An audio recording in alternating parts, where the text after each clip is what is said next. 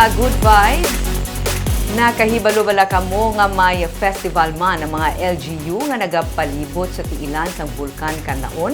Ini ang ginatawag nga Mount Kanlaon Natural Park Festival nga nagsugod subong nga adlaw. Yaring report ni Romeo Subaldo. Ang Bulkan Kanlaon, simbolo sang isla sang Negros, pinakamataas nga bukid sa Visayas. Magluwasan na narisari nga mga tanom kag kasapatan nga ari diri. Ini man ang source sang tubig sa dalagko nga mga suba sa Negros. Pagluwas mismo sa bulkan, ini ang napalibutan man sa nagkanilain nga mga tourist destination. Pinaagi sa Mount Kanlaon Natural Park Festival, halad kay Kang Laon, ginaselebrar ang bugay gikan sa sini nga bukid kag ang pag-preserve sa kung ano pa man ang may-ara nga nabilin diri.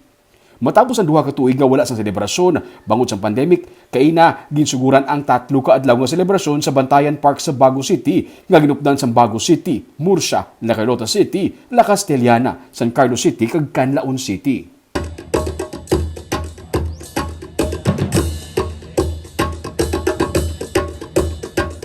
Pinaagi sa panabi-tabi, ginpakita ang kultura sa mga Negrosanon nga paghatag sa respeto sa palibot.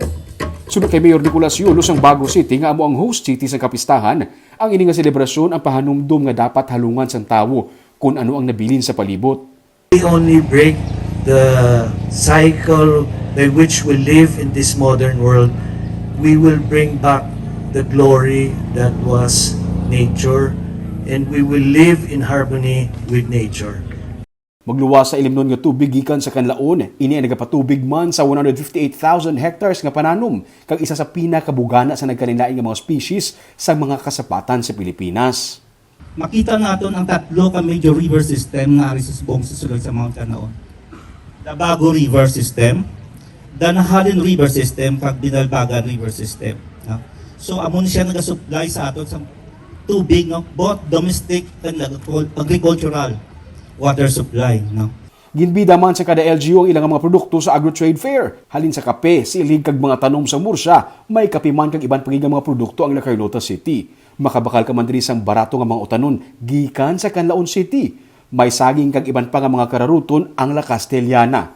Nanari-sari nga pagluto sang mani gikan sa San Carlos City sarang man mabakal diri. Kag syempre ang silk sang Bago City kag mga ginapabugal nga mga delicacies present man. May isa pa ka tribo sang IP gikan sa Binalbagan ang napakita sang ilang nga Bisaya nga laswa nga himo sa nanari-sari nga mga panakot kag iban diri sa kabukiran lang makita. Ini pinaagi man sa Slow Food Negros. Sa programa, ginpakilala man ang mga kandidato kag mga kandidata para sa Diwata kag Suta sang Kanlaon 2022. Sa kada adlaw, may nanari-sari nga mga programa nga ginapreparar kag tubtub lamang ini sa Huwebes nga adlaw diri sa Bantayan Park.